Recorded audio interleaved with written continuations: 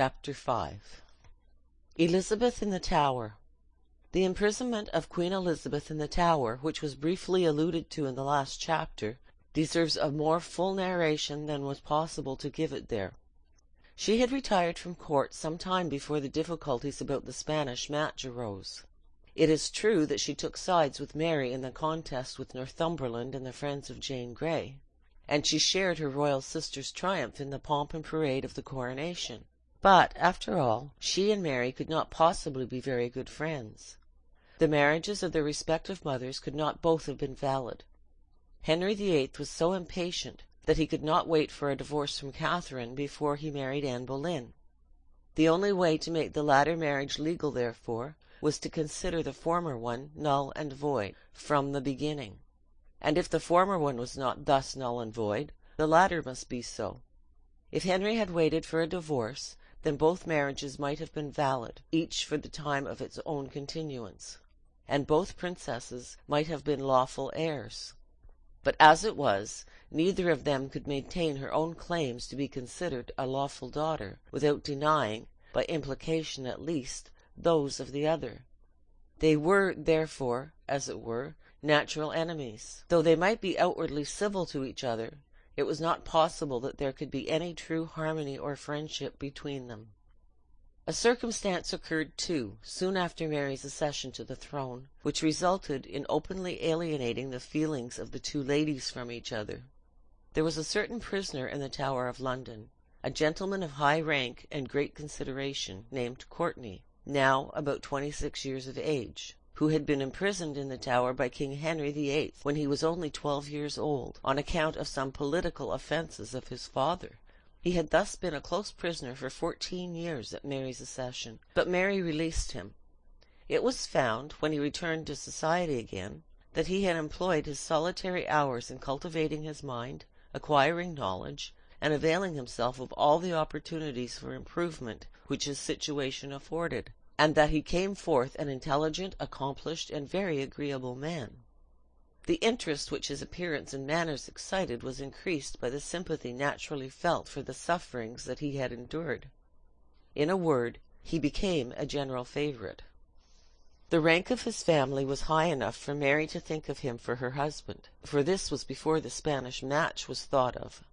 Mary granted him a title and large estates, and showed him many other favours, and, as everybody supposed, tried very hard to make an impression on his heart. Her efforts were, however, vain. Courtenay gave an obvious preference to Elizabeth, who was young then at least, if not beautiful. This successful rivalry on the part of her sister filled the queen's heart with resentment and envy, and she exhibited her chagrin by so many little marks of neglect and incivility, that Elizabeth's resentment was roused in its turn, and she asked permission to retire from court to her residence in the country. Mary readily gave the permission, and thus it happened that when Wyatt's rebellion first broke out, as described in the last chapter, Elizabeth was living in retirement and seclusion at Ashridge, an estate of hers at some distance west of London. As to Courtenay, Mary found some pretext or other for sending him back again to his prison in the Tower. Mary was immediately afraid that the malcontents would join with Elizabeth and attempt to put forward her name and her claims to the crown, which, if they were to do, it would make their movement very formidable. She was impressed immediately with the idea that it was of great importance to get Elizabeth back again into her power. The most probable way of succeeding in doing this, she thought, was to write her a kind and friendly letter, inviting her to return. She accordingly wrote such a letter. She said in it that certain evil-disposed persons were plotting some disturbances in the kingdom, and that she thought that Elizabeth was not safe where she was. She urged her, therefore, to return, saying that she should be truly welcome, and should be protected against all danger if she would come. An invitation from a queen is a command, and Elizabeth would have felt bound to obey this summons, but she was sick when it came. At least she was not well, and she was not much disposed to underrate her sickness for the sake of being able to travel on this occasion. The officers of her household made out a formal certificate to the effect that Elizabeth was not able to undertake such a journey. In the meantime, Wyatt's rebellion broke out. He marched to London, was entrapped there, and taken prisoner, as is related at length in the last chapter. In his confessions he implicated the Princess Elizabeth, and also Courtenay, and Mary's government then determined that they must secure Elizabeth's person at all events, sick or well. They sent, therefore, 3 gentlemen as commissioners, with a troop of horse to attend them, to bring her to London. They carried the Queen's litter with them, to bring the Princess upon it, in case she should be found unable to travel in any other way. The party arrived at Ashridge at 10 o'clock at night. They insisted on being admitted at once into the chamber of Elizabeth, and there they made known their errand. Elizabeth was terrified. She begged not to be moved, as she was really too sick to go. They called in some physicians, who certified that she could be moved without danger to her life. The next morning they put her upon the litter, a sort of covered bed formed like a palanquin, and borne like a palanquin by men. It was 29 miles to London, and it took the party 4 days to reach the city, they moved so slowly. This circumstance is mentioned sometimes as showing how sick Elizabeth must have been, but the fact is there was no reason whatever for any haste. Elizabeth was now completely in Mary's power, and it could make no possible difference how long she was upon the road. The litter passed along the roads in great state. It was a princess that they were bearing. As they approached London, 100 men in handsome uniforms went before, and an equal number followed. A great many people came out from the city to meet the princess, as a token of respect. This displeased Mary, but it could not well be prevented or punished. On their arrival they took Elizabeth to one of the palaces at Westminster, called Whitehall. She was examined by Mary's privy council. Nothing was proved against her, and as the rebellion seemed now wholly at an end, she was at length released, and thus ended her first durance as a political prisoner. It happened, however, that other persons implicated in Wyatt's plot, when examined, made charges against Elizabeth in respect to it, and Queen Mary sent another force and arrested her again. She was taken now to a famous royal palace called Hampton Court, which is situated on the Thames, a few miles above the city. She brought many of the officers of her household and of her personal attendants with her. But one of the Queen's ministers, accompanied by 2 other officers, came soon after and dismissed all her own attendants, and placed persons in the service of the Queen in their place. They also set a guard around the palace, and then left the princess for the night, a close prisoner, and yet without any visible signs of coercion, for all these guards might be guards of honor. The next day some officers came again, and told her that it had been decided to send her to the Tower, and that a barge was ready at the river to convey her. She was very much agitated and alarmed, and begged to be allowed to send a letter to her sister before they took her away. One of the officers insisted that she should have the privilege, and the other that she should not. The former conquered in the contest, and Elizabeth wrote the letter and sent it. It contained an earnest and solemn disavowal of all participation in the plots which she had been charged with encouraging, and begged Mary to believe that she was innocent and allow her to be released. The letter did no good. Elizabeth was taken into the barge and conveyed in a very private manner down the river. Hampton Court is above London several miles, and the Tower is just below the city. There are several entrances to this vast castle, some of them by stairs from the river. Among these is one by which prisoners accused of great political crimes were usually taken in, and which is called the Traitor's Gate. There was another entrance also from the river, by which a more honourable admission to the fortress might be attained. The Tower was not solely a prison. It was often a place of retreat for kings and queens from any sudden danger, and was frequently occupied by them as a somewhat permanent residence. There were a great number of structures within the walls, in some of which royal apartments were fitted up with great splendour.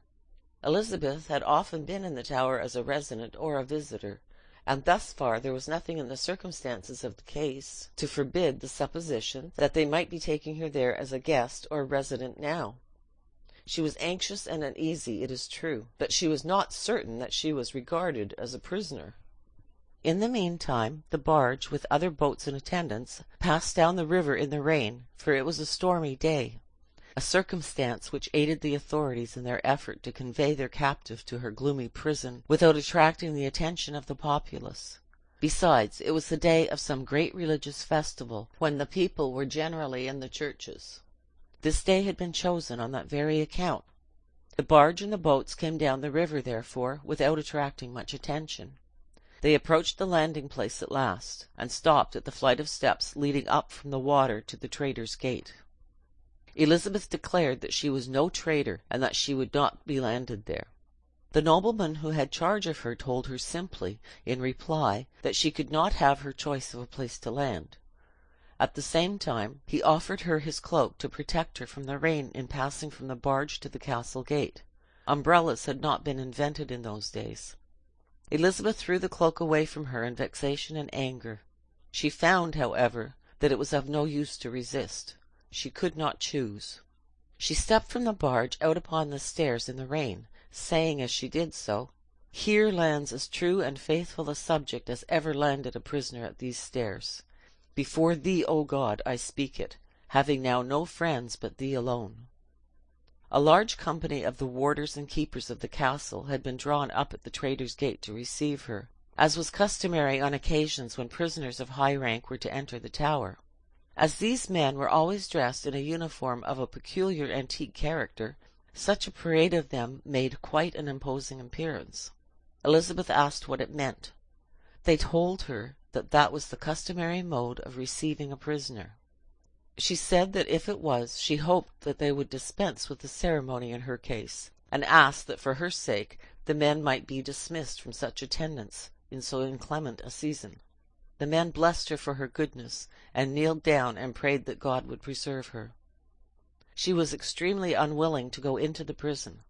As they approached the part of the edifice where she was to be confined, through the courtyard of the tower, she stopped and sat down upon a stone, perhaps a step, or the curbstone of a walk. The lieutenant urged her to go in out of the cold and wet. "Better sitting here than in a worse place," she replied, "for God knoweth whither you are bringing me." However, she rose and went on. She entered the prison and was conducted to her room, and the doors were locked and bolted upon her. Elizabeth was kept closely imprisoned for a month. After that, some little relaxation in the strictness of her seclusion was allowed. Permission was very reluctantly granted to her to walk every day in the royal apartments, which were now unoccupied, so that there was no society to be found there. But it afforded her a sort of pleasure to range through them for recreation and exercise. But this privilege could not be accorded without very strict limitations and conditions. 2 officers of the tower and 3 women had to attend her. The windows, too, were shut, and she was not permitted to go and look out at them. This was rather melancholy recreation, it must be allowed, but was better than being shut up all day in a single apartment, bolted and barred. There was a small garden within the castle not far from the prison, and after some time Elizabeth was permitted to walk there. The gates and doors, however, were kept carefully closed, and all the prisoners whose rooms looked into it from the surrounding buildings were closely watched by their respective keepers, while Elizabeth was in the garden, to prevent their having any communication with her by looks or signs. There were a great many persons confined at this time, who had been arrested on charges connected with Wyatt's rebellion, and the authorities seem to have been very specially vigilant to prevent the possibility of Elizabeth's having communication with any of them. There was a little child of 5 years of age who used to come and visit Elizabeth in her room, and bring her flowers. He was the son of one of the subordinate officers of the tower. It was, however, at last suspected that he was acting as a messenger between Elizabeth and Courtenay. Courtenay, it will be recollected, had been sent by Mary back to the Tower again, so that he and Elizabeth were now suffering the same hard fate in neighbouring cells. When the boy was suspected of bearing communication between these friends and companions in suffering, he was called before an officer and closely examined. His answers were all open and childlike, and gave no confirmation to the idea which had been entertained. The child, however, was forbidden to go to Elizabeth's apartment any more. He was very much grieved at this, and he watched for the next time that Elizabeth was to walk in the garden, and putting his mouth to a hole in the gate, he called out, "Lady, I cannot bring you any more flowers." After Elizabeth had been thus confined about 3 months, she was one day terribly alarmed by the sounds of a martial parade within the tower, produced by the entrance of an officer from Queen Mary, named Sir Thomas Bedingfield, at the head of 300 men. Elizabeth supposed that they were come to execute sentence of death upon her. She asked immediately if the platform on which Lady Jane Grey was beheaded had been taken away. They told her that it had been removed. She was then somewhat relieved. They afterward told her that Sir Thomas had come to take her away from the Tower, but that it was not known where she was to go. This alarmed her again, and she sent for the constable of the Tower, whose name was Lord Chandos, and questioned him very closely to learn what they were going to do with her. He said that it had been decided to remove her from the Tower, and send her to a plain called Woodstock, where she was to remain under Sir Thomas Bedingfield's custody, at a royal palace which was situated there. Woodstock is 40 or 50 miles to the westward of London, and not far from the city of Oxford. Elizabeth was very much alarmed at this intelligence. Her mind was filled with vague and uncertain fears and forebodings, which were none the less oppressive for being uncertain and vague. She had, however, no immediate cause for apprehension. Mary found that there was no decisive evidence against her, and did not dare to keep her a prisoner in the Tower too long. There was a large and influential part of the kingdom who were Protestants. They were jealous of the progress Mary was making towards bringing the Catholic religion in again. They abhorred the Spanish match. They naturally looked to Elizabeth as their leader and head, and Mary thought that by too great or too long continued harshness in her treatment of Elizabeth she would only exasperate them, and perhaps provoke a new outbreak against her authority. She determined, therefore, to remove the princess from the Tower to some less odious place of confinement. She was taken first to Queen Mary's Court, which was then held at Richmond, just above London, but she was surrounded here by soldiers and guards, and confined almost as strictly as before. She was destined, however, here to another surprise. It was a proposition of marriage. Mary had been arranging a plan for making her the wife of a certain personage styled the Duke of Savoy.